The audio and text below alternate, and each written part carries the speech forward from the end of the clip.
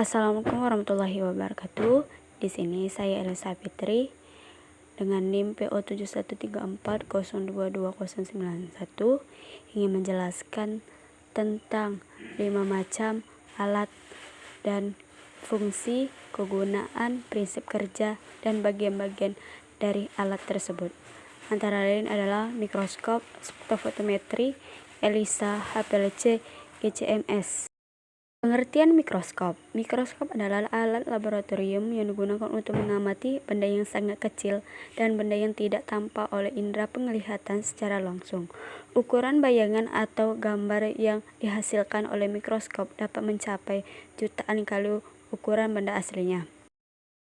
Fungsi mikroskop untuk mengamati objek yang ukurannya sangat kecil hingga mata manusia tidak akan mampu untuk melihat. Prinsip kerja mikroskop. Lensa objektif akan membentuk bayangan benda yang bersifat nyata, terbalik, dan diperbesar. Bayangan benda ini oleh lensa objektif akan ditangkap sebagai benda oleh lensa okuler.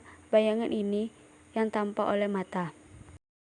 Bagian-bagian mikroskop antara lain lensa okuler, tabung, revolver, lensa objektif, meja kerja, kondensor, diafragma, refraktor, kaki, makrometer, mikrometer, penjepit kaca, lengan, sendi inklinasi. Dan spektrofotometri adalah metode untuk analisis struktur kimia secara kualitatif dan kuantitatif. Metode spektrofotometri dapat dibedakan menjadi beberapa macam seperti spektrofotometri fototermal, fotoakustik, dan lain-lain. Fungsi spektrofotometri mengukur transmiten atau absorban suatu sampel. Sebagai fungsi panjang gelombang, tiap media akan menyerap cahaya pada panjang gelombang tertentu tergantung pada senyawa atau warna terbentuknya. Prinsip kerja spektrofotometri adalah spektrofotometer bekerja dengan melewatkan berkas cahaya melalui sampel untuk mengukur intensitas cahaya sampel. Instrumen ini digunakan dalam proses pengukuran warna dan digunakan untuk memantau akurasi warna sepanjang produksi. Bagian-bagian dari spektrofotometri antara lain sumber radiasi, wadah sampel, monokramator, detektor, dan recorder. Pengertian ELISA. Teknik ELISA yang berbasiskan plat lempengan yang dirancang untuk mendeteksi dan kuantifikasi peptida, protein, antibodi, dan hormon. Pada ELISA, antigen harus diimunisasi ke permukaan yang sulit dan kemungkinan ditambahkan antibodi yang berkaitan dengan enzim. Fungsi ELISA salah satu metode dalam bidang laboratorium, terutama imunologi, untuk mengetahui ekspresi protein, reaksi imunitas, respon imun.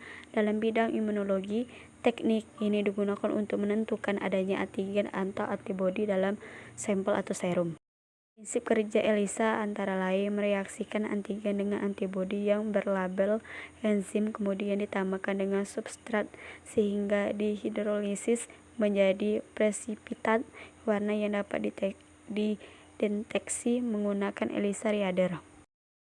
Antara lain AB, AG, imunoprobe, substrat, reagen, buffer, dan cawan ELISA. Pengertian HPLC. Kromatografi cairan berforma tinggi merupakan salah satu teknik kromatografi untuk zat yang biasanya disertai dengan tekanan tinggi, seperti teknik kromatografi pada umumnya. HPLC merupakan untuk memisahkan molekul berdasarkan perbedaan afinitas terhadap pada zat yang tertentu. Fungsi HPLC. Kromatografi cairan berforma tinggi merupakan salah satu teknik kromatografi untuk zat cair yang biasa disertai dengan tekanan tinggi, seperti teknik pada umumnya. HPLC berupa untuk memisahkan molekul berdasarkan perbedaan afinitas terhadap zat pada tertentu mereaksikannya.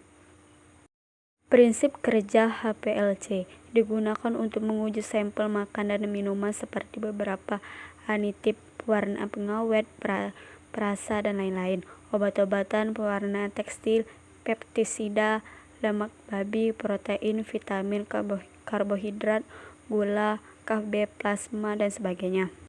Bagian-bagian dari HPLC antara lain solvent organizer, kedua ink browser, ketiga auto sampler, keempat colmy oven, kelima desktop UV vis.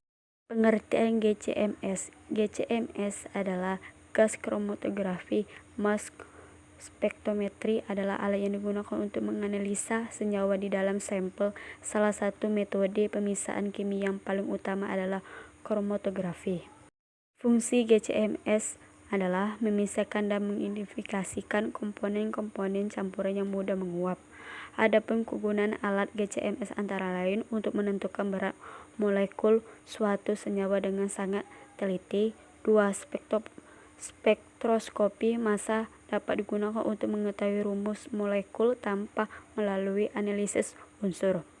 Prinsip kerja GCMS antara lain sampel yang berupa cairan diisikan ke dalam indikator kemudian diuapkan. Sampel yang terbentuk uap bawah oleh gas membawa menuju kolom untuk proses pemisahan. Setelah terpisah, masing-masing komponen akan melalui ruangan pengion dan dibordir oleh elektron sehingga terjadi ionisasi. Bagian-bagian dari GCMS antara lain gas kromatografi, indikator pour, oven, dan klomin.